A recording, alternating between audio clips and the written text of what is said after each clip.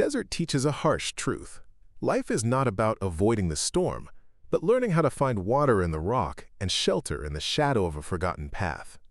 The sun over the Arizona territory was a merciless hammer, beating the earth into cracked pottery.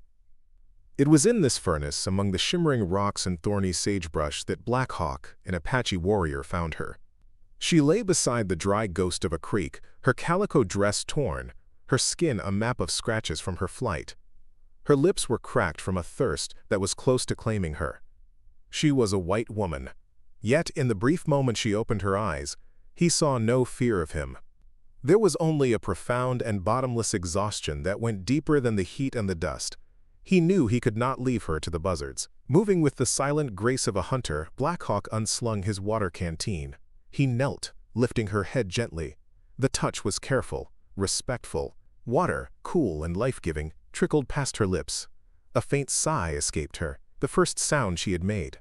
Her eyes fluttered open again, this time holding his gaze for a longer moment. The deep brown of her eyes was clouded with pain, but held a spark of something he could not name. It was not defiance, but a resilience that refused to be extinguished.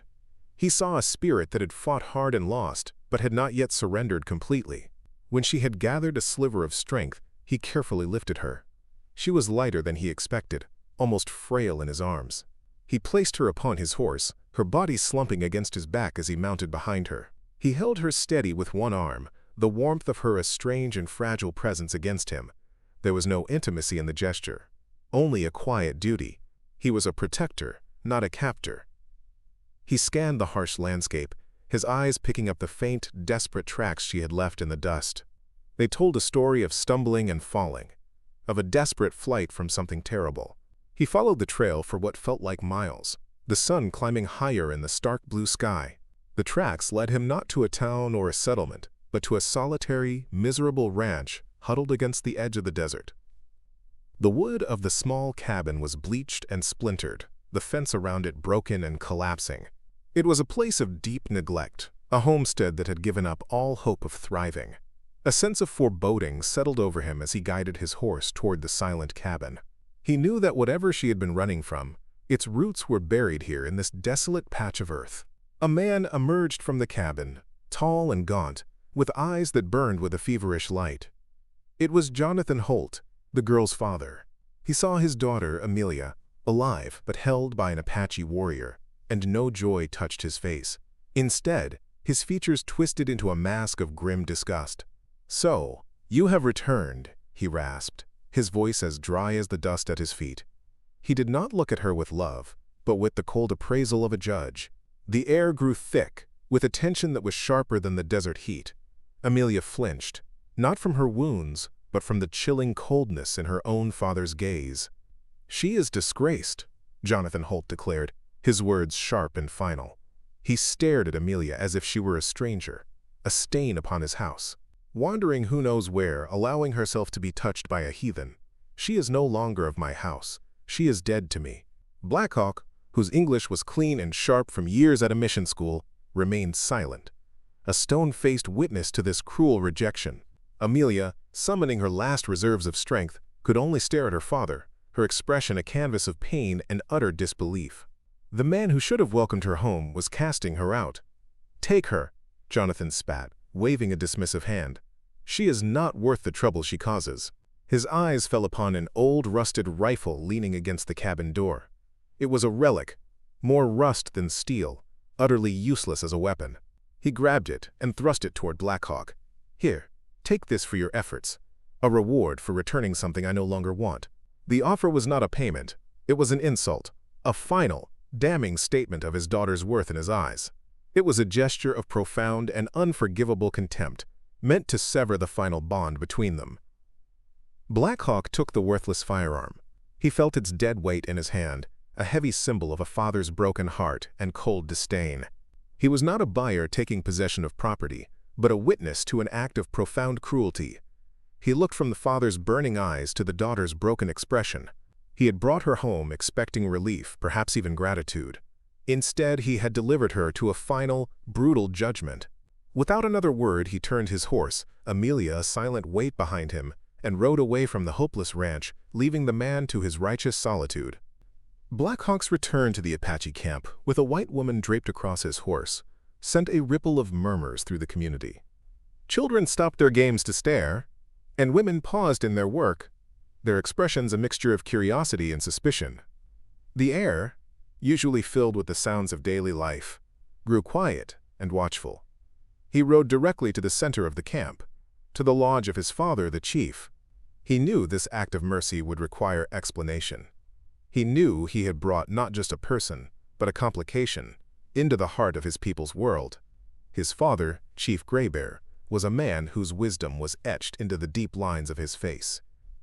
He listened to his son's story without interruption, his dark eyes studying the unconscious form of Amelia with a profound sadness. When Black Hawk finished, the old chief was silent for a long moment. "You have acted with honor, my son," he said finally, his voice low and grave. "But you have carried a storm into our home.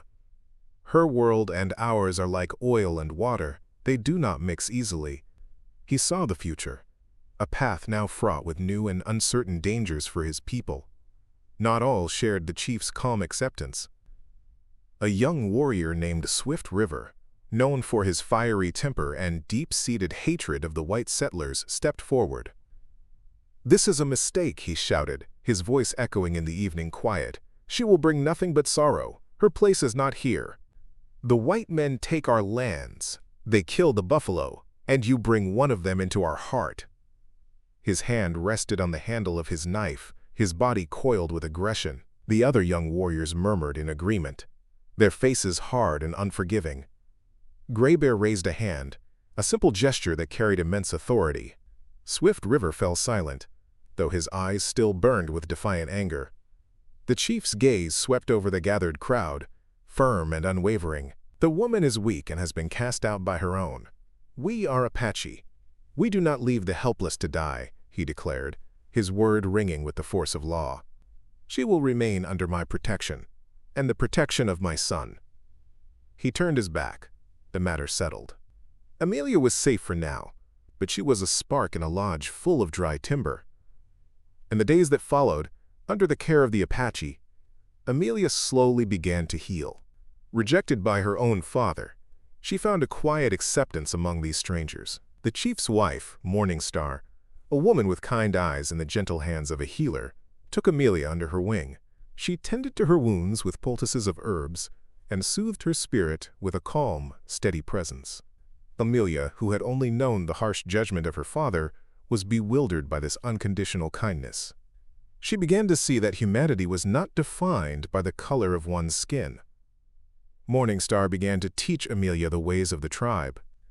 She showed her how to identify the healing plants that grew in the harsh land, how to tan hides until they were soft as woven cloth, and how to speak the silent language of gestures and glances that often said more than words. Amelia proved to be a quick and eager student. She did not shy away from any task, her natural intelligence and thirst for knowledge impressing the other women. They saw that she did not try to imitate them, but instead learned with a deep and genuine respect for their culture. Black Hawk watched her from a distance. He saw the way she moved through the camp, no longer with the hesitation of a stranger, but with a growing, quiet confidence. He saw her laughing with the children as she tried to learn their games, her face lit with a joy he was sure had been absent for a long time. He saw not a broken victim, but a woman of incredible strength, a spirit that was bending but would not break. His heart, which had known only the duty of a warrior and a son, began to feel a different kind of pull, a deep and stirring respect that was quickly turning into something more. One afternoon, as Amelia sat grinding corn with the other women, Swift River walked past. He stopped, his shadow falling over her. She looked up, her hands stilling, her heart beating a little faster. He said nothing, his face a mask of stone. But his eyes were no longer filled with open hatred. There was a grudging curiosity in his gaze, a flicker of something that was not yet acceptance, but was no longer outright rejection. He had seen her work. He had seen her respect their ways. He gave a short, almost imperceptible nod and walked on. It was a small victory, but for Amelia, it felt as monumental as a mountain moving. One evening, as the setting sun painted the sky in hues of orange and violet, Black Hawk found Amelia by the creek. She sat on a smooth, gray stone, watching the water flow. A comfortable silence settled between them, a language of its own. He had brought her here as a stranger, and now she was becoming a part of the landscape of his life. "You are looking stronger," he said, his voice a low rumble. She turned to him, a small, sad smile on her lips. "I feel stronger," she replied, "but my memories are not so easy to heal." Her gaze returned to the water, as if searching for answers in its depths. "Why did you run?" he asked gently, not as an interrogator, but as someone who wanted to understand the burden she carried. She took a deep breath, the story tumbling out in a quiet rush. "I was running from a man named Elijah Reed," she began. "He is the wealthiest cattleman in the territory. My father owed him a great deal of money, and Reed decided that I would be part of the payment." She shuddered at the memory. "He looked at me not as a person, but as a prize horse to be added to his stable. I could not bear it. I ran away in the night, but I got lost in the desert." Black Hawk listened, his face an unreadable mask, but a cold fire ignited in his eyes. He understood the world of men like Reed, men who believed their wealth gave them the right to own anything or anyone. "You are safe here," he said, the words a solemn vow. "Reed's reach does not extend into these lands. He will not find you." The certainty in his voice was a balm to her frayed nerves. For the first time since her escape, she felt a flicker of genuine security, a sense that she had found a sanctuary in the most unlikely of places. He then spoke of his own dreams, of his fear for his people, trapped between the old ways and the relentless encroachment of the new world. He spoke not of fighting, but of finding a new path, a way to live in peace without losing who they were. She saw him then, not just as a stoic warrior, but as a leader burdened by the future, a visionary. In his quiet strength and his surprising vulnerability, she found a connection, and for the first time in a very long time, Amelia felt her heart dare to trust again, to hope that a better life was not an impossible dream. The desert, however, does not keep secrets for long. Whispers, carried on the wind with the dust, traveled from the Apache lands to the saloons and trading posts of the nearby town of Prescott. The whispers told a tale of a white woman living among the Apache. It was a story that changed with each telling, becoming more sensational, more scandalous, and eventually these whispers reached the ears of the one man who would be most interested, Elijah Reed. He was a man who did not tolerate losing. He considered all things in his domain to be his by right.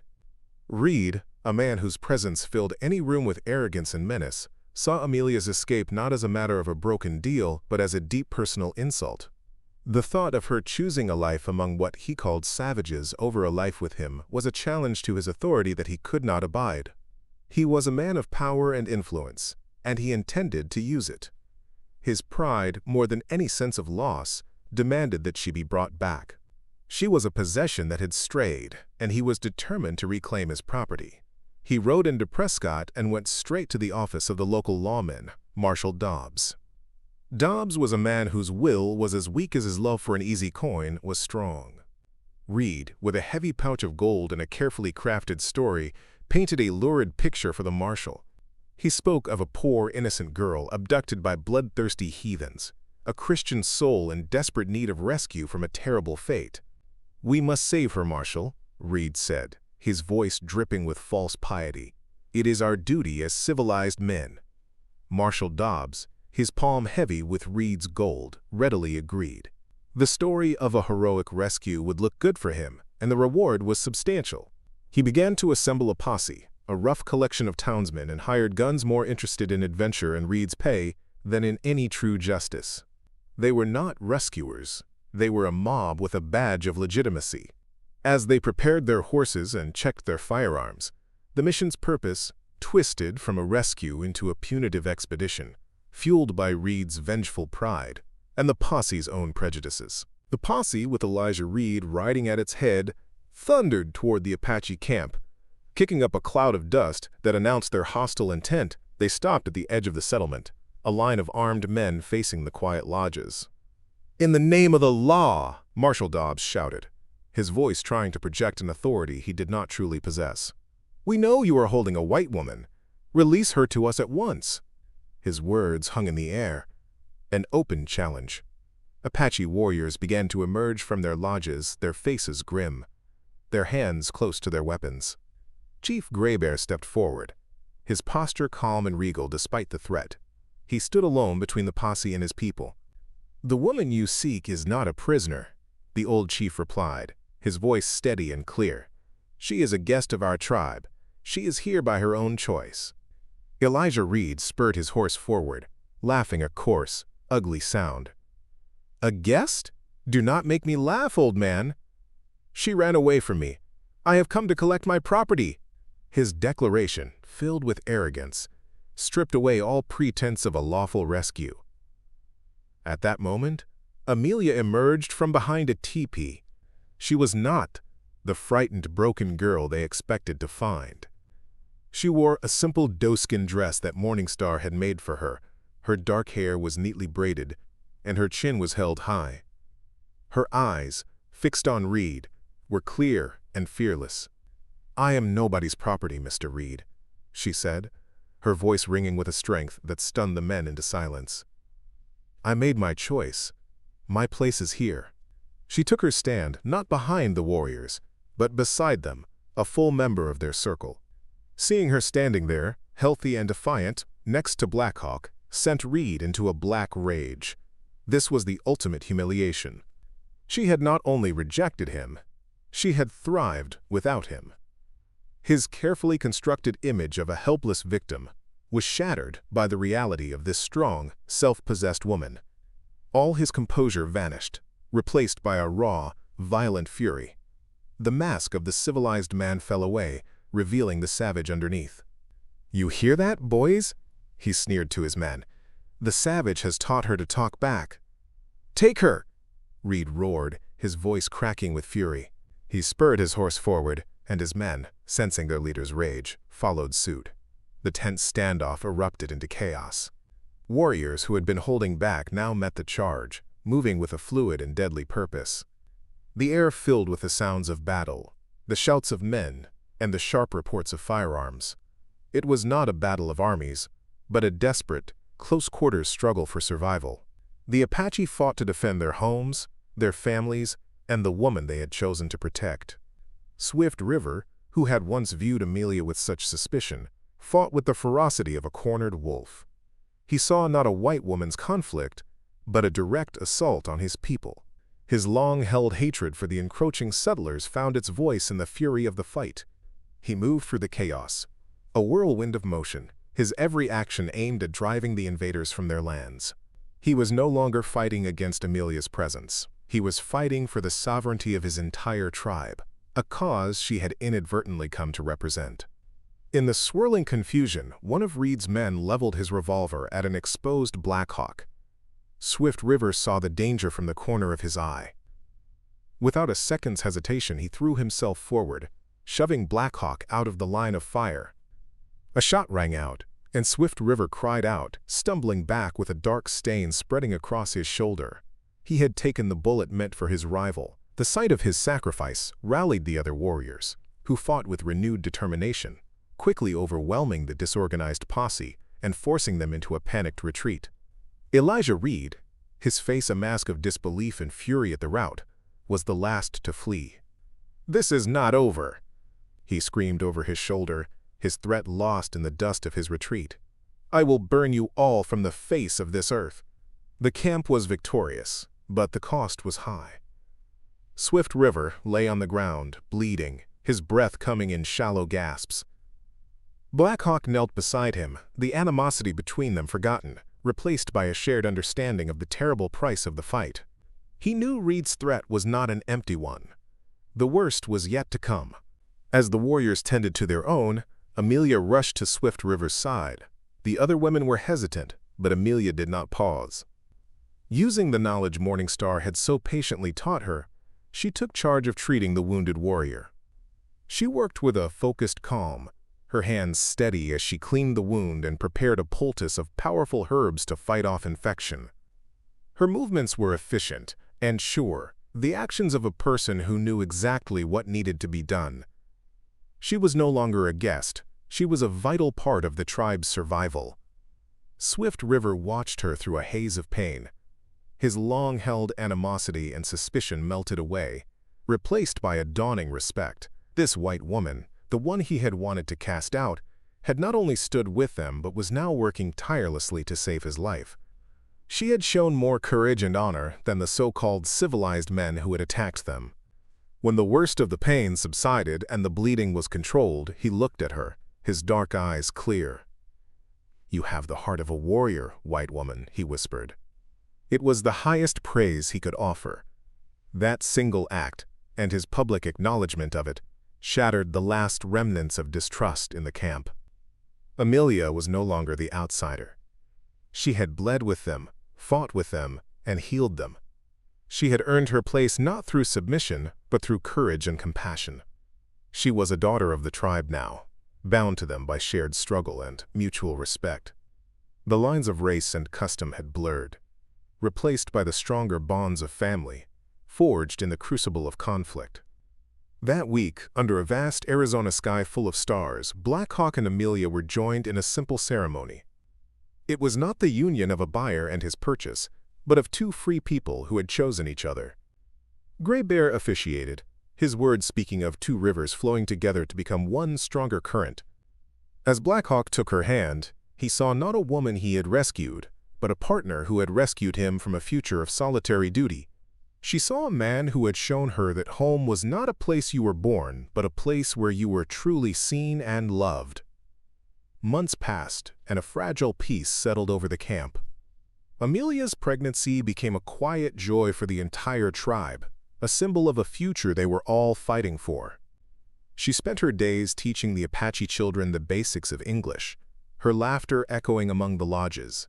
Black Hawk, his authority now undisputed, had united his warriors, with Swift River becoming his most loyal and trusted lieutenant. They were preparing training, knowing that Elijah Reed's silence was not a sign of peace, but of a gathering storm.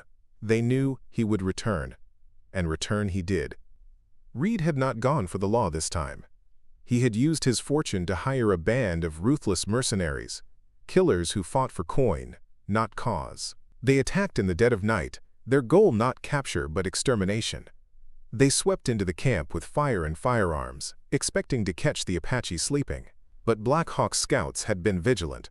The attack was not a surprise. The camp was ready, and the battle that erupted was one of desperate, determined defense of home and family. The fighting was fierce.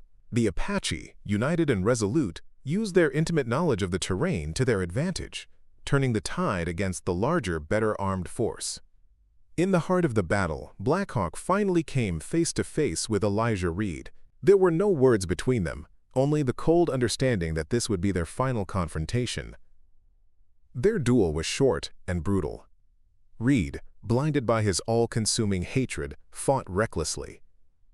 Black Hawk, defending his entire world, moved with deadly precision.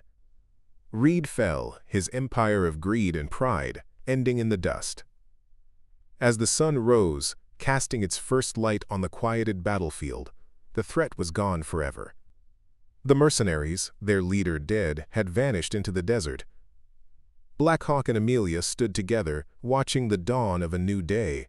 She took his hand and placed it on her belly, where new life stirred within. A child of two worlds, a bridge between two peoples, a symbol of an unyielding hope. Her long journey was over. She was not a victim who had been saved, but a queen who had claimed her own destiny, finding her true home in the heart of a warrior and the soul of his people.